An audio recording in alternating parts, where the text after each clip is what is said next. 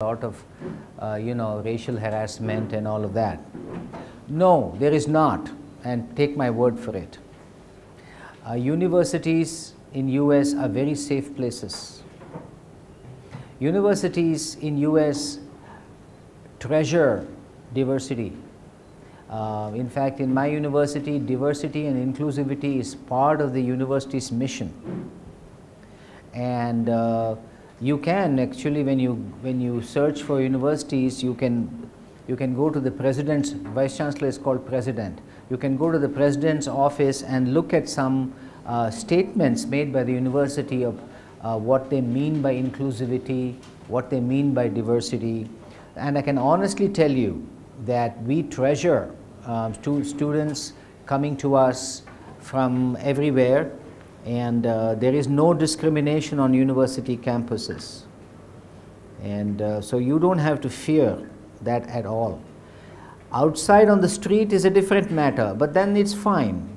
You know, once in a while you will meet a rowdy element. But then rowdies are there everywhere, no. You must learn how to deal with it. So we give some simple tips. No, don't go out alone, even for shopping. Go with 2 or 3 people, you know. There's nothing dangerous. I'm just saying some simple things. So anyway, universities are very inclusive. They encourage student clubs. India Student Association is one of the biggest student clubs in Bowling Green State University, my university, and like that there is Chinese Student Association, Korean Student Association, and there are many student associations. In fact, the university gives money to India Student Association.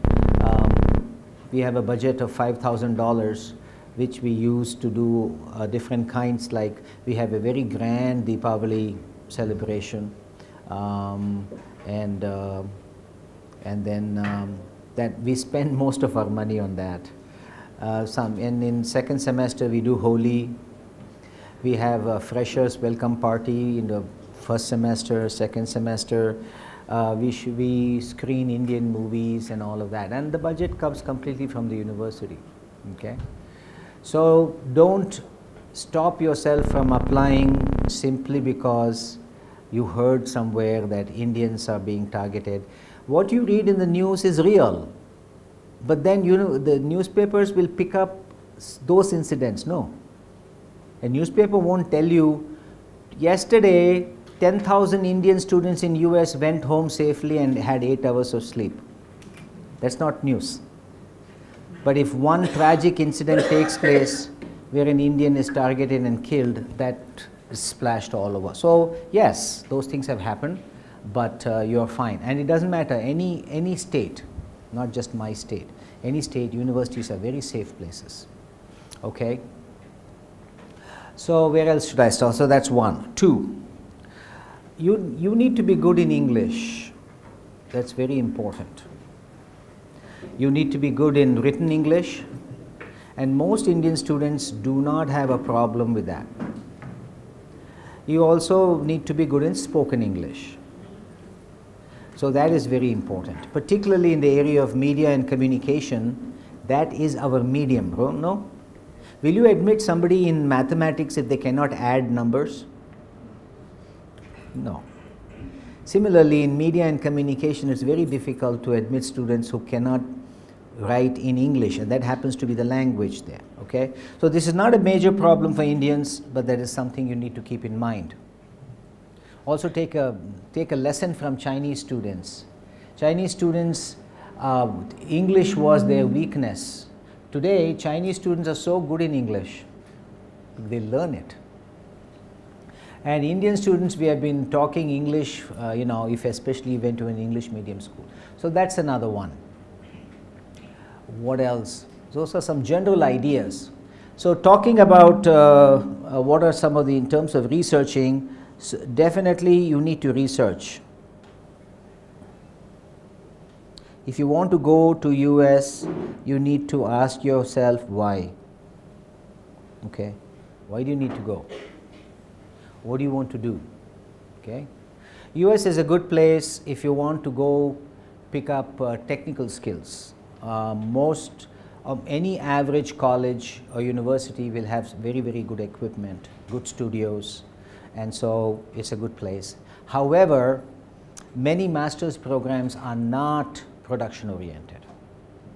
Many master's programs are mass communication, which is geared to theory and research. Right.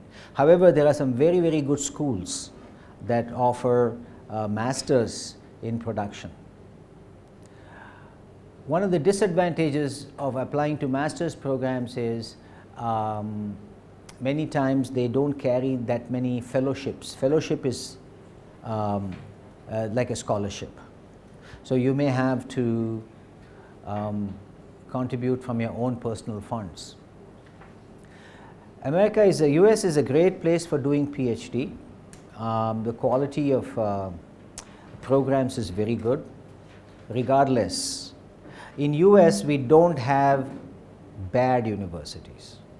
You may have very, very good universities and good universities. There's nothing like bad.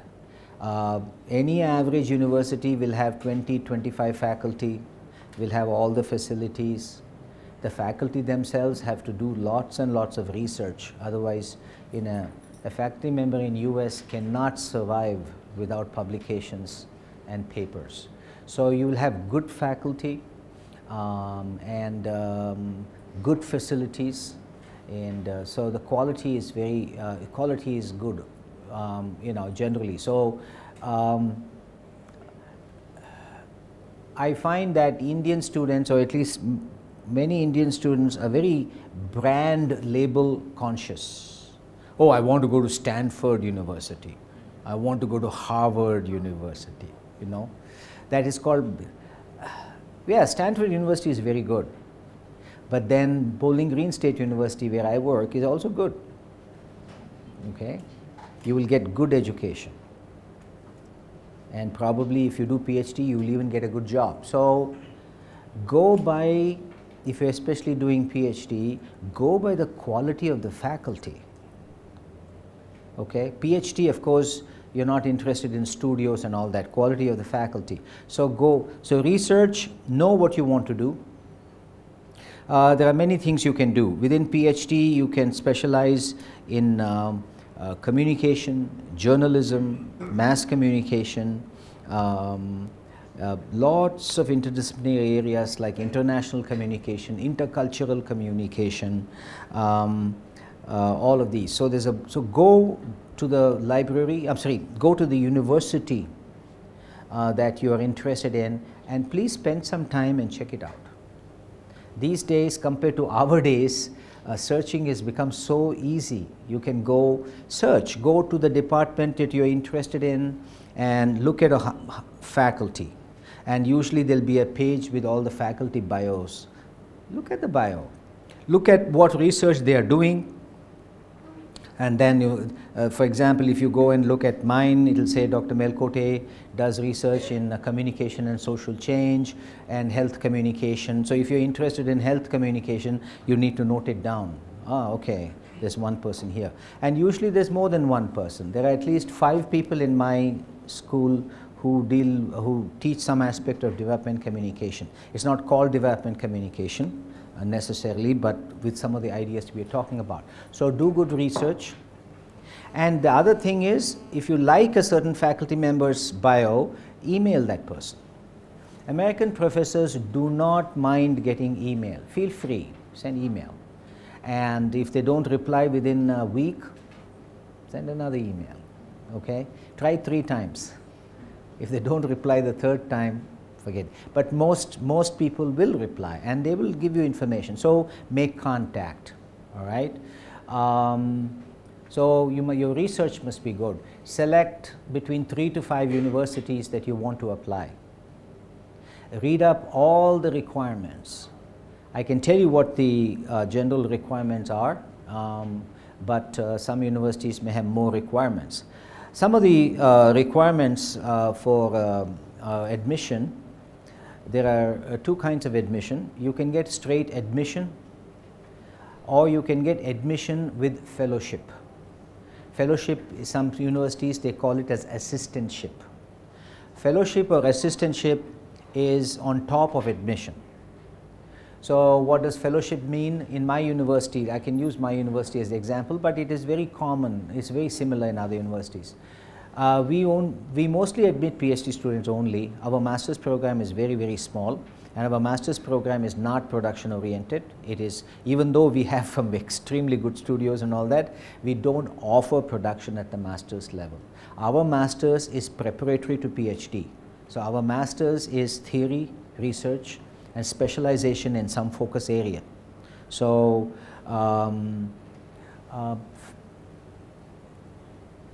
we offer between 7 and 10 fellowships every year. A fellowship generally means you can get a 20-hour fellowship, a 15-hour or a 10-hour fellowship.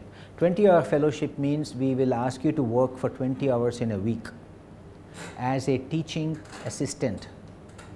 You'll be asked to teach to undergraduate students in the introductory classes.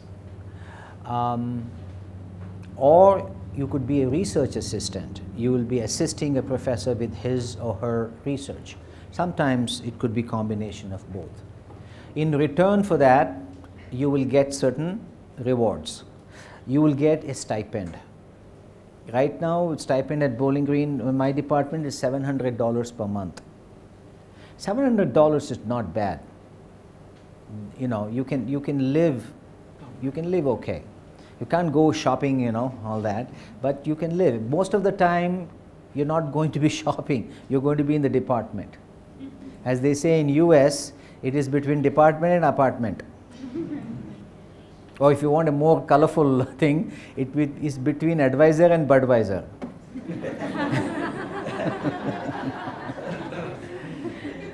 Most of the time you will be, as a postgraduate, you will work a lot. There's a very strong work culture in US. This has to be emphasized. That is students take it for granted, you know, yeah. that it's like, you know, I mean, any Indian universities where they can spend only 6 hours, 8 hours in a day. Americans are workaholics. Americans, 8 o'clock means at 8 o'clock everybody will be in their seat.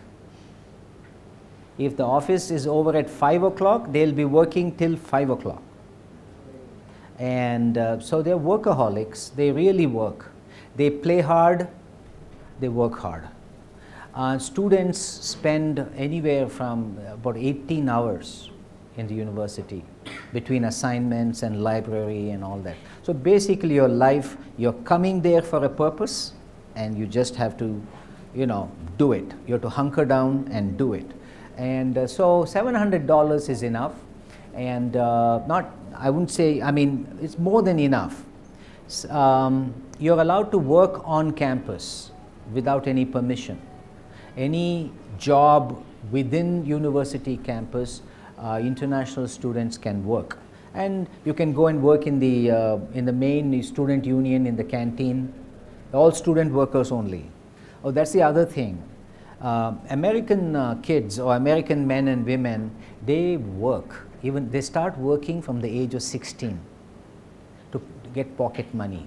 And so that work culture is very strong. So there are lots of student jobs in the dining section, in different offices, and if you're lucky you could get a job. However, if you have a 20-hour assistantship, you're not allowed to pick up more. The maximum you can do is 20. If you do not get a fellowship, then, there's a second reward for getting a fellowship. Your tuition is free. So at Bowling Green State University, if you get an assistantship, you get a stipend, you get an appointment as a TA, and you don't have to pay tuition. So it's very, very affordable. If you don't get fellowship, assistantship, then you have to pay fees yourself. Sometimes they provide tuition scholarship, but otherwise you have to pay yourself, and this can get a bit expensive. So I tell people, don't come to States unless you can get a fellowship. Keep trying, don't put your own money, take bank loan and come, because it is possible to get a fellowship. If you have a good academic record and a few other things that I'm going to tell you, it's not very difficult to get in. And be prepared for hard work for 3 to 4 years if you're coming for PhD. Because once you come in, they can dismiss you at any time if you're not doing. That is the one thing. In America, they reward you very well. They don't care if you're an American, Indian, Chinese, Korean. If you do good work, you get rewarded. But if you don't do well, they'll punish you very badly too. It works both ways. If you're not doing well, your professor will fail you. And if you fail, your GPA goes down, you go on probation, and so both ways it works. So you must be really committed to this whole thing when you're coming. What are some of the other requirements? Most universities require an English test, TOEFL, or there are many other tests now. You need to take that, and you need to, I don't know the scale and I cannot tell you what score you should get, but you should score in the upper percentile scores of that. Most Indian students, probably all in, don't have a problem with that, simply because exposed to English, you know, that's not a problem. And most universities require you to take the GRE exam, Graduate Record Exam. And in Graduate Record Exam, there are 3 sections. First one is English, also called as verbal. Second one is mathematics, also called as quantitative. And the third one is reasoning. The first 2 are very important. Especially for foreign students, that English section is very important, because that's the only test on which they can compare you with a student from China and with a student from USA. Because it's the same exam, right? And so if you get a good score on that, they know you're good, because that is a scale that can be measured. So you need, again, we don't expect you to score at the 90th percentile in the verbal and quant in my department, but you should score at least at the 40th percentile. That is, your performance is as good and better than 40 to 45%, provided other parts of your application are strong. We are looking for people who, there are 2 other things. Then you need to write an essay as part of your fellowship. It's also called as SOP, S-O-P, Statement of Purpose. This is a very important document. You have to really spend some time and work on it. Basically, a statement of purpose is not, when I was in high school, I was very good in the debating team, you know, and all. No, not that. We are not interested in your high school, interested in everything that you did in college. Why? You must first address the question, and this is some tips I am giving you. Why are you applying to this program? There has to be a good reason why you're applying, okay? So, you know, I did my master's in India. I'm very interested in communication research. And, you know, and in college in India, I did this, I did that. You must show that you have thought about this carefully. And then the next question is, why are you applying here to my school? I'm very impressed with the faculty at your university. And so you need to demonstrate why you're coming here, why you want to get a degree in the first place, and why my university, you know. And we want to see if there's a good fit between what you want to do and what we can provide. The fit has to be very good. You cannot come to my school and say, I want to do you know, film production. We don't offer film production. We won't admit you because there's nothing for you to, you know. So it has to be a good fit, all right? And then a statement of purpose you also have to address. Once you come here, we let you come here, what are you going to do? What is your what might be your focus area? What have you thought of? What do you want to work, you know? Yeah. And then after you graduate, what is your plan? A 3-year plan, 5-year plan? What do you want to do with a PhD? Okay, I want to go and sell cucumbers. No. Then, you know, Sautekai Martini. So, no. That 100 feet road in Mysore, you know, you can sell Sautekais.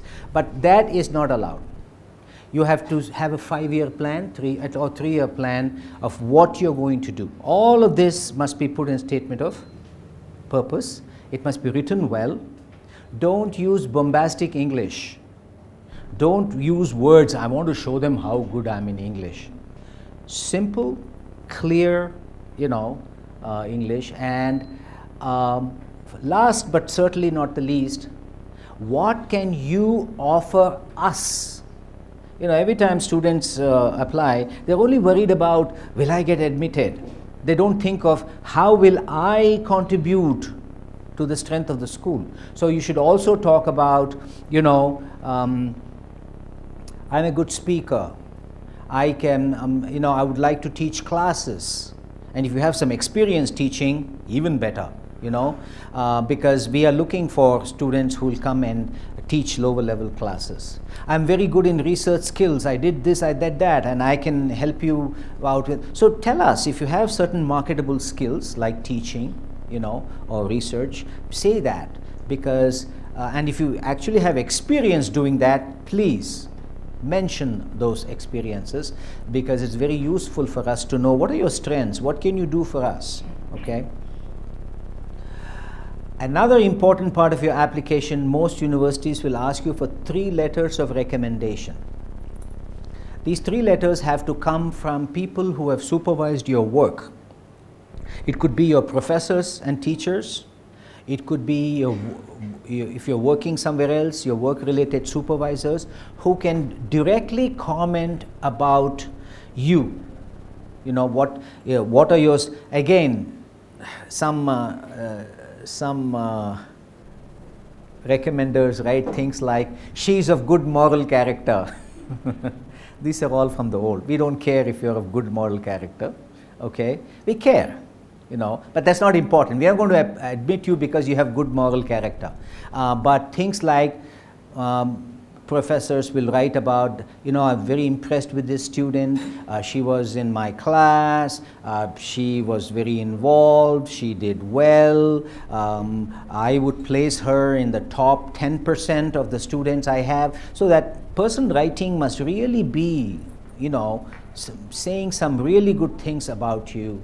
And if you have written a thesis, you can in your essay, and your super professor can also write about, he has worked in this area. So your letters of recommendation have to be extra supportive. So search for those professors who will write, who like you, and who really, because according to the privacy policies in US, most of the time you will not get to see the letter that has been written for you. So you want to make sure that that person has written a good letter, because the admissions committee will read the letter very carefully. And one negative comment, don't select people who will make negative comments. That means you won't go anywhere. So that is another one. You can have more than 3. But please don't have more than 5, because the admissions committee does not have time to read 15 letters. Okay, three good letters of recommendation. This is your admissions packet.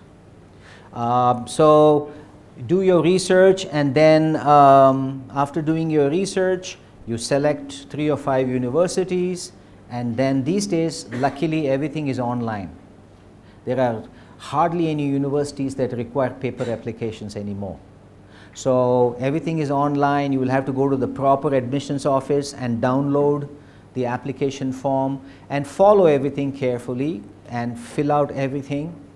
And there's an admission application, there's a fellowship application, there are 3 letters of recommendation, GRE scores, TOEFL scores have to come.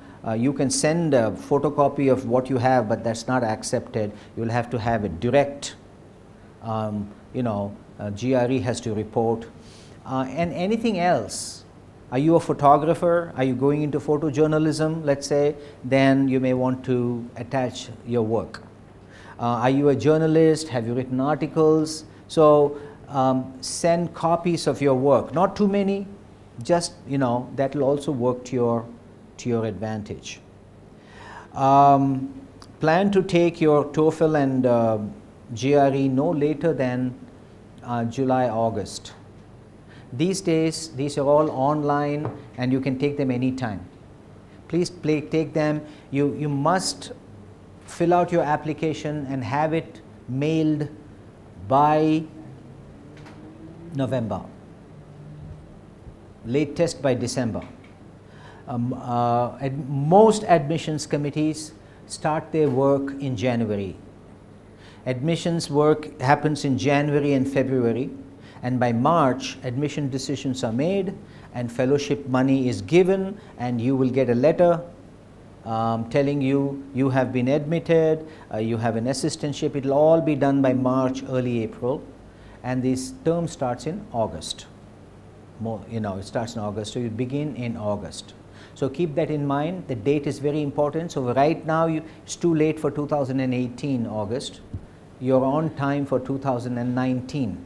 It's better to start your work in August, first term, rather than second term, because most courses are sequenced, starting with the first term. So if you miss the first term and get in the second term, then you're out of sequence, and that can be a problem. Plus, most of the fellowships are given starting first term. There's no fresh money coming into the system in the middle of the year. Unless somebody dropped out or asked to leave, then that money is available, but that's no guarantee. So come try to come in August. Okay. What else? Find out in your discipline which are excellent schools and which are above average schools. Okay. Don't put all your applications in excellent schools. Okay. Above average schools also are very good. As I said, there are no bad universities in US. Okay. So spread your application, talk to somebody who knows a little more about the subject, about the discipline, and go ahead and apply. Okay. What else? Fee structure. What is the cost? I don't know the exact cost, but it can get expensive. Each course is about probably $2,000. Per semester. Each course. So per semester, your fees might be $12 to maximum $15,000 per semester, and it can add up very quickly. So you might be looking at with food and everything, you could be looking at $20,000 a year, or more. Okay, but if fees is taken out and this fees is paid for you, then it will bring it down drastically. Okay, you still need to have money. By the way, when you go to the website, go and find out how much it costs. There are two tiers of fee structures. One is called in-state tuition, and the other is called out-of-state tuition. In-state tuition is the lowest, and it is only given to those students who are born and lived in that state. Only they will get that. That's called in-state. This is only in state universities, because you come from a family which is paying taxes to the state, so you get. If you are from outside the state, you could be an American, but if you are from outside that state, or if you are a foreign student, you pay out-of-state fee. Out-of-state fee can be double, yeah. Anywhere from 1.5 to double. So that's the fee structure. If you get a fellowship, of course, it does not matter, because the university will pay for you. All right. Most master's programs are no more than 2 years. Many master's programs can be finished in 1 year. But if you're writing a thesis, it can be 1.5 years, because a thesis might take a little longer time. PhD in my university can be completed in 4 years. You can be out of the door with a degree in your pocket in 4 years. Okay, it is possible, but you have to be organized. Remember, department, apartment, apartment, department. Okay, 4 years you can complete. So let me give you an example of my university, and it's similar but not the same in other universities. So if you come in for a PhD, your first semester, a full-time student has to take 3 courses. 3 courses. Each course has a weight of 3 credit hours. So you earn 9 credit hours and you're a full-time student. If you're a foreign student, your visa requires that you be a full-time student. You cannot be a part-time student as a foreign student. You have to be full-time student, and so you will take 9 hours. In my university, we have about 4 or 5 mandatory compulsory classes which every PhD student has to take. Introduction to Media Studies at the graduate level, Research Methods Quantitative Introduction, Research Methods Introduction Qualitative, and then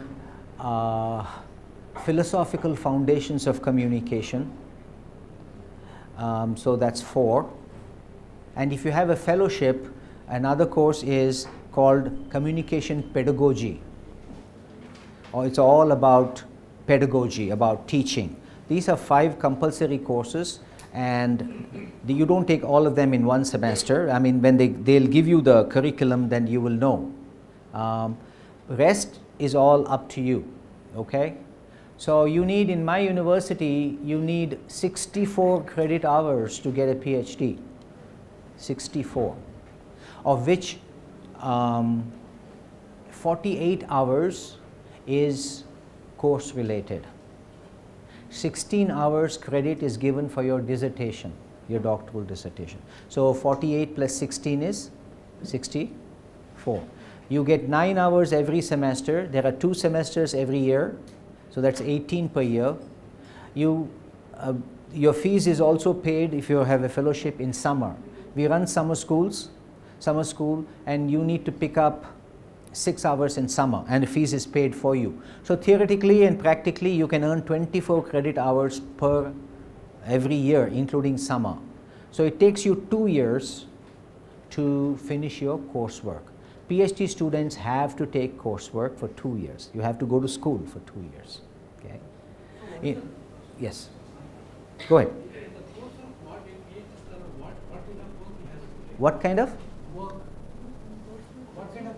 Which, you mean fellowship work? During coursework. What do you mean by Well, it depends first of all on the nature of the course, but almost all the courses will require research papers. At the PhD level, research papers, and some of them might require more than one research paper. In my department, PhD courses are at 2 levels. The courses are organized at 2 levels. One level of courses, how do you know? It's by the number. 6,000 level courses are master's courses. 7,000 level courses are PhD courses. So in this 48 hours, a PhD student has to take a certain number of 7,000 level courses, allowed to take certain number of 6,000 courses. So that is also there. What work is required? It could be, again, depends on the course. It depends on the professor. If it's a research class, there'll be a lot of assignments, take-home assignments. There's always a lot of reading assignments. On an average, you will have to read 100 pages per class. Okay? On an average, some professors are, might make you read more, but 75 to 100 pages of reading per class meeting, especially PhD students. Read means you have to read, because most PhD classes are seminars. A seminar is where you come in, and the chairs are organized in a round table. Professor takes one of the chairs, you take, and the professor, will say, do some things, but there's require a lot of participation from you, which means you have read. You may not have understood everything, so you may have questions for the professor. What does this mean? Or you may in the notes say, I don't agree, I disagree. So 100 pages reading. There is usually assignments, reading assignments as homework. There could also be in research classes, other kinds of assessments. There could be a midterm examination where you're examined, or there could be a paper, all right? All of this is made clear to you on the first day of class. Every professor has to give a printed syllabus. Unlike India, where there is a central location, like a departmental booklet, where there's description of the class. In US, on the other hand, every professor who teaches a class gets a lot of independence to tailor that class in the way he or she wants to teach it. So that's what we call as academic independence. As long as the major objectives of the course are cleared, for example, I am teaching this course, next year somebody else may teach the same course, okay? And so by rule, the professor has to give a prepared syllabus on first day, where every class meeting is in the syllabus, and what you're going to cover, what the assignments are, everything has to be done. So that's the nice thing about US. Everything is very systematic, no surprises. The entire semester, all the classes, topic, readings, everything will be there. And of course, these days we don't have a printed thing. Everything is online, and so that's how that is. Anytime when I'm talking about these things, stop me if I forgot something. So what else?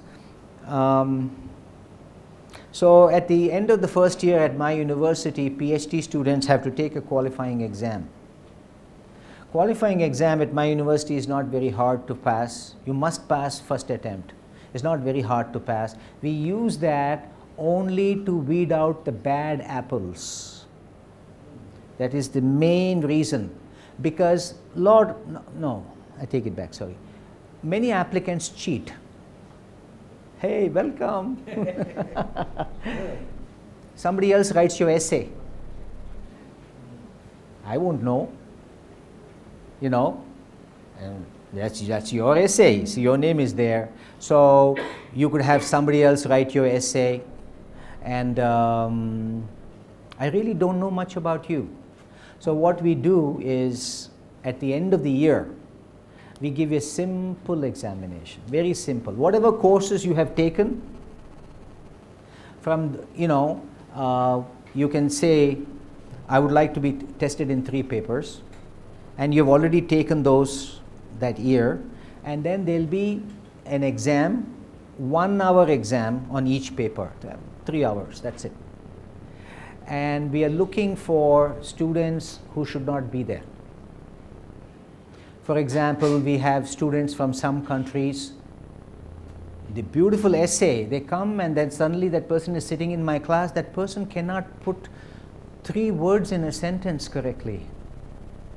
I don't want to name the countries, some countries, not India, some countries specialize. Their students have no competence in English, and then they come here and there and they cannot write a paper in English. How can we have students who cannot write in English? So those kinds of students. Sometimes we get rid of people who have attitude problems, okay, and that can come out in many ways, but otherwise, if you're doing decent work and you have decent grades, not the best, decent grades, that's fine. We just want to make sure that you can continue in the program and still do well. At the end of the second year is the major exam. It's called PhD Comprehensive Exam. You will now be tested on your level of knowledge, and this is not based on the courses you have taken because on the content of the courses you have taken, because we have already tested you. You have already taken the class and the professor has already given graded. This would be to see how you have how all the knowledge that you have picked up in your classes and from your reading, how can you synthesize them and put them in a critical way. So basically the way we do that is you select your committee, your doctoral examination committee, which has to have a minimum of 3 members, and you will be tested on theory. You'll be tested in 4 papers or 4 areas: main theory, secondary theory, that is elective, and I can't remember the 4th one, and research methodology is the 3rd one. So you will go to the member of your committee and you will say that I want to be tested in development communication, theory, and with me. So I will give you a reading list of books, chapters, and say this is the reading list. There might be 10 books, 15 books, 20 chapters. You need to negotiate this at minimum 3 months before the exam. So minimum 3 months before the exam, you will get a reading list. And the understanding is that the question is going to come from the reading list, but you don't know what the question is, right? And then the exam is a take-home exam, okay? So you take the exam home. The exam will be given to you on Monday morning at 8 o'clock. And you're supposed to return the answers next Monday at 5 p.m. in the evening before the office closes. Now, of course, we are online, right? Before 12 midnight, you have to post it, okay? And so these are, you take them home, and then you have to answer the question the professor has asked. Your answer it will look like a paper that you will present in a conference. You know, it is distilling. So, so basically you have done all the readings, you have made notes, extensive notes. Go home, go to your house, sit, surround yourself with books. Tell your friends and your family not to disturb you for 1 week. And you don't have to memorize anything. That's a big problem today. A lot of students, in my days also, we used to memorize. Terrible. Please don't memorize. Only parrots are supposed to memorize and say things. We are human beings. This brain we have is good for analytical thinking, not for dumb, Of course, your generation, you don't have to memorize. You can cut and paste. Yeah, so, and you have home and then bring it back completely, everything, typed, and all the answers put together. All answers for all the questions have to be put in one binder with a bibliography. Give it. And then you will be graded, and then there will be a oral exam. So even in the unlikely circumstance that you cheated in the written, there's still an oral exam. An oral exam is as important as written. Oral exam, you'll be grilled. And obviously, if the written exam was not your own work, it will show. These two together, you pass. You have one attempt to retake, and that is your doctoral comprehensive exam. After you complete your doctoral comprehensive exam, the next stage is preparing a dissertation proposal. And dissertation proposal is a document, a written document, where you provide very detailed information about what area you're going to be studying, what is the specific topic, what are the objectives of your study, what are the specific objectives of your study, and then review of research literature, and methodology. And methodology, what kind of, how are you going to collect data, what kind of population, what kind of sample, and then if it's a quantitative dissertation, how are you going to be analyzing your data. All of that will come under methodology. And if you're using a survey, for example, you have to produce your survey instrument.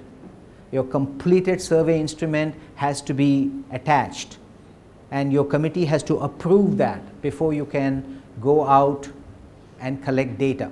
So that stage is very important, and if you pass that one, now you can go ahead and start working on your data collection and writing, And usually an ideal way you can do that is you take 2 years of classes, and then at the end of the second year, you spend first part of the third year working on your dissertation proposal, and have it defended at least by the end of the first semester, or at least in the second semester of your third year, and then use the summer between your third year and fourth year to collect data.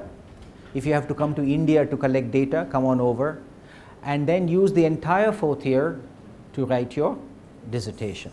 That is ideal. It doesn't mean everybody follows that. In fact, we have some super achievers who finish everything in 3 years. But people who finish in 3 years are not ordinary students. They are people who have come with a lot of experience. They are older, and they have better organization, and they have better abilities. And because you can complete in 3 years, but it is a lot of work that you're compressing into 3 years. But 4 years is very comfortable to finish. Okay. What else? So those are some of the main ideas that I wanted to share with you. If you have any specific questions, there are 2 ways. You can this thing died. Can we activate it?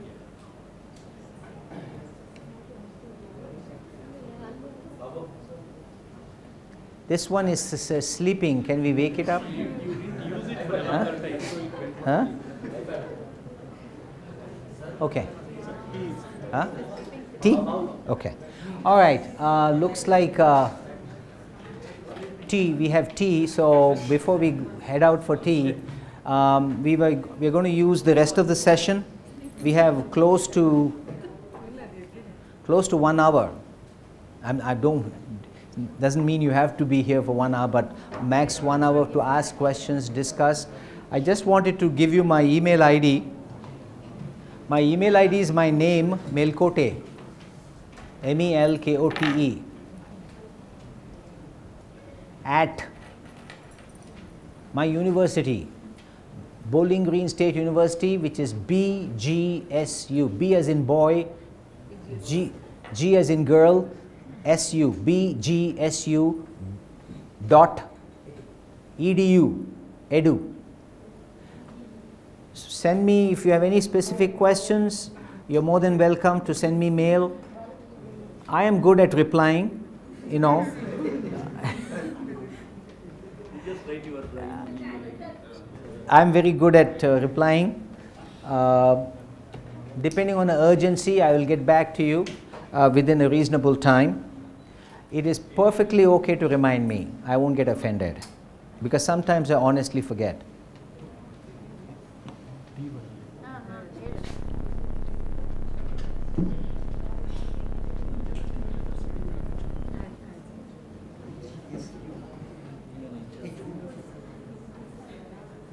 I'm not getting a dot here. This doesn't like dots.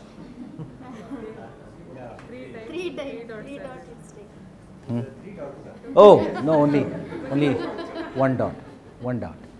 Okay, so think of some questions you want to ask me. I didn't talk much about masters. I didn't talk much about production. But if those are the questions you have, because, you know, it's much better you ask me specific questions, and any other thing you want to, you know, ask about visa issues, you know, working issues, you know, what if I need more than 4 years? What if something happens, I need more than 4 years? All of those questions you want to ask, you can ask me, and then I will respond to that. Okay. Can we have question hour after a tea break? Yes. Can we have? Yes. Tea is ready. Can have tea. And afterwards, you can have all the questions related to process.